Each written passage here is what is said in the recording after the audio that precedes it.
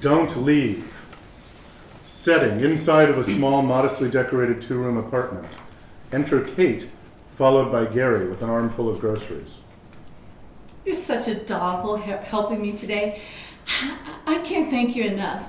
Just set that over there. Gary places the groceries on the countertop. Kate begins putting them away. No problem, but there will be a bill in the mail. I'm sorry for dragging you around town, but I didn't know who else to call. I'm honored that you think of me. Thanks, but I feel so bad about imposing on you. We had such a great first date. I'm just sorry that the second one consisted of doing errands for me. Yeah, well, I'd hardly call today a date. In fact, when two people see each other regularly, we can stop calling them dates. Well, when we lose count. Oh, I'm such a terrible host. Sit down. Would you like something to drink? You certainly earned it. Don't mind if I do. I'm not accustomed to having visitors. Well, visitors who can walk. I built a wheelchair ramp for when the bridge group comes over, but it's so hard to get all my friends together at once due to their disabilities. So I usually visit them. You've assembled quite a crowd. Yeah, well, they kind of need me. Pardon the crude comparison, but it's like collecting plants. I started with one, then all of a sudden, numerous people in need grew like wild tumbleweed all around me. Quite a dynamo in that regard. Oh, wow. A dynamo. I haven't been called that in years. It has a nice ring to it. You have a great capacity for caring. You ought to go to nursing school or something like that. Well, this is kind of a hobby. I don't think I could do it professionally. It might take the fun out of it. It occupies so much of your time, you might as well be compensated. It's okay. I've got nothing to do. I have nothing but time. No relatives, no family, no kids. Hell, I could die right here in this apartment, and nobody would notice for weeks. Really? Kind of sad. But I don't want to get into all that. How are you doing? Fine. You're such a mystery to me. I'm afraid I spent so much time babbling about me that I never had the chance to cross-examine you. Interesting choice of words, cross-examine. Well, that's what people really are doing, aren't they, when they're on a date? Digging for clues, looking for answers, hoping for a sign that this might be the one. You can usually tell everything you need to know about someone in the first couple of weeks. I guess that you can size people up pretty early on. Yeah, I mean, the first date isn't really a good indicator because everybody's acting, putting their best face forward. But you can see them coming a mile away if you know what to look for. Well, everybody tries to hide their faults when they first meet somebody, but they tend to seep out through a small, bite-sized morsels. I went out with this guy once, and I got to know him. The more I realized what a control freak he was. He'd call me and cross-examine me about all my activities, always accusing me of running around on him. It just got worse and worse over time. Then one day he lost it and just smacked the shit out of me. I hope you got out of there. Oh yeah, I mean, I could fight back his baseless accusations, but once he got to whacking around on me, I put my foot down. It might have taken 2 years, but I did it. Sorry it took so long. I should have known, even on the first date, when he quizzed me on every detail, even wanted a moment-by-moment account of my trip to the restroom. I mean, I should have seen the signs, but he was taking such an interest in me that I ignored them. The eyes see what the heart wants it to. Yeah, I guess so. But he got his. He's not living anymore. Really? Well, he's laid up in a convalescent hospital. I would hardly call that living. But every dog has its day.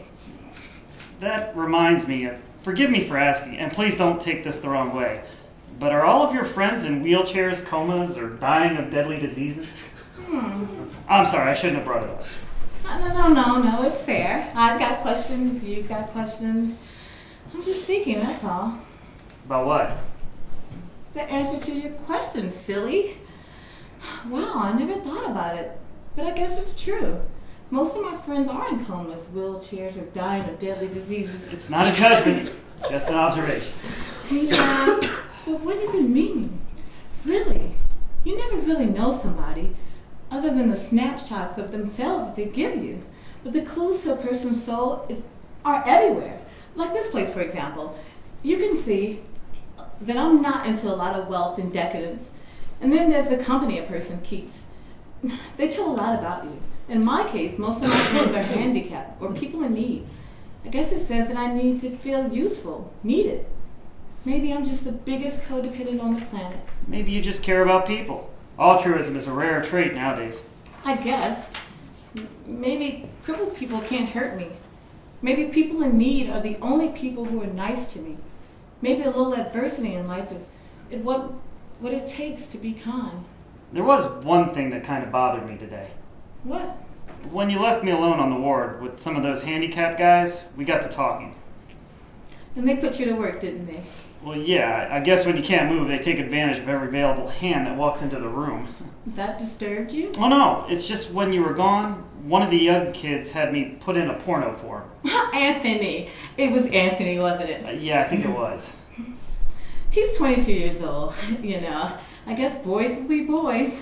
I hope you weren't offended by his choice of viewing material. Oh no, I mean, I'm grown. I've seen worse.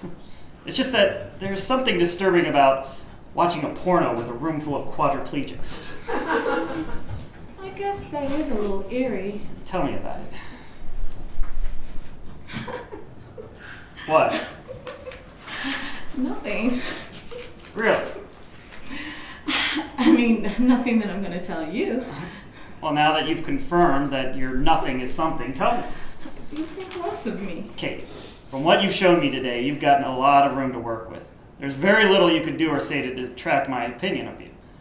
Your first impression has been indelible, my dear. Aw, you ought to write Hallmark cards. I don't know how to take that comment.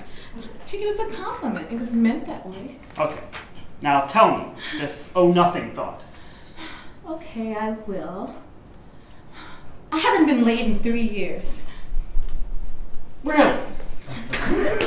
Does it surprise you? It shouldn't with the company I keep. Actually, in my younger days, I was quite the dynamo.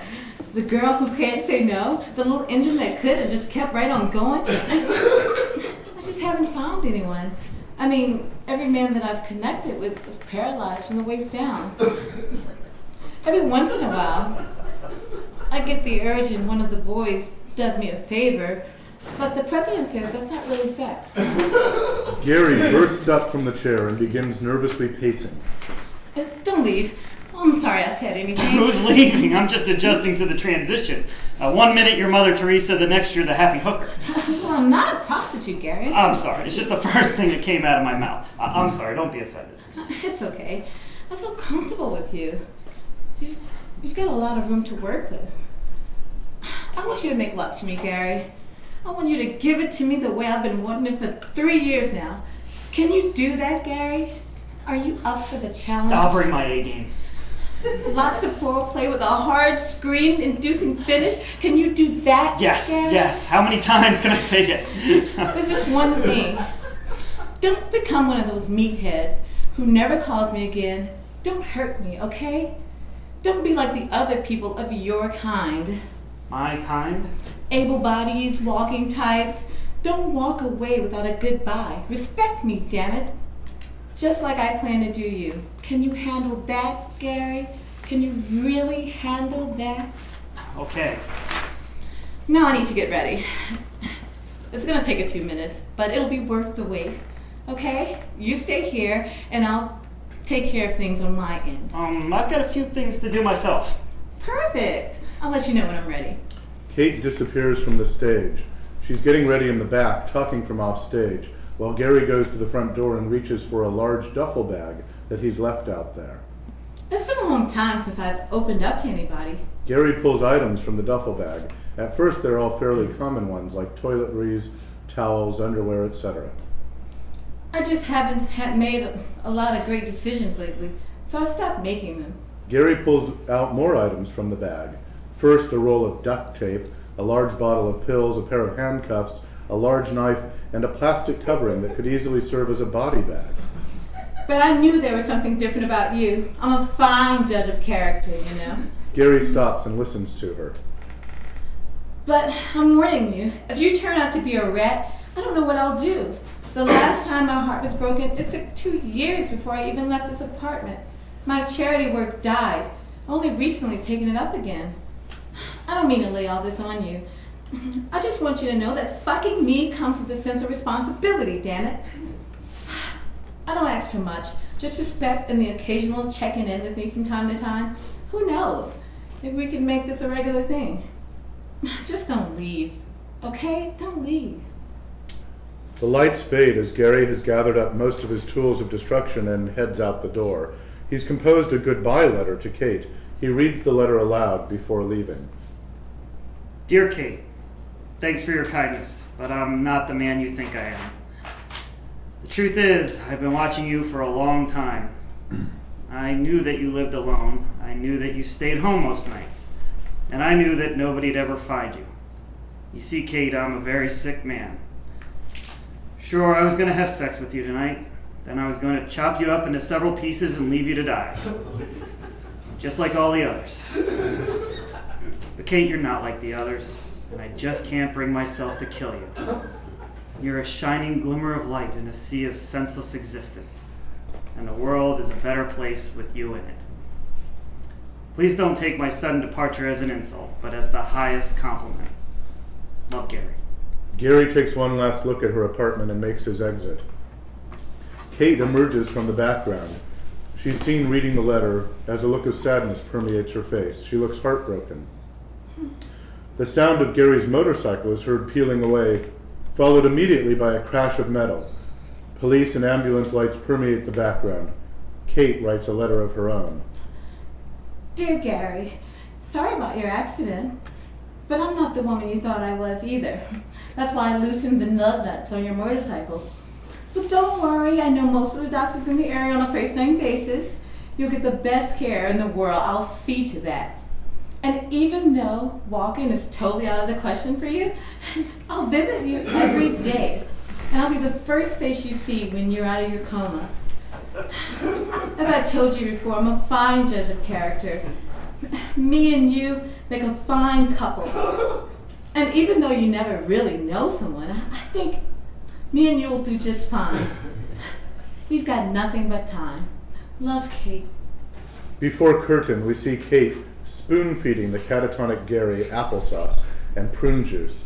Kate has a pleased, euphoric look on her face, somewhere between extreme contentment and the eyes of a crazy woman.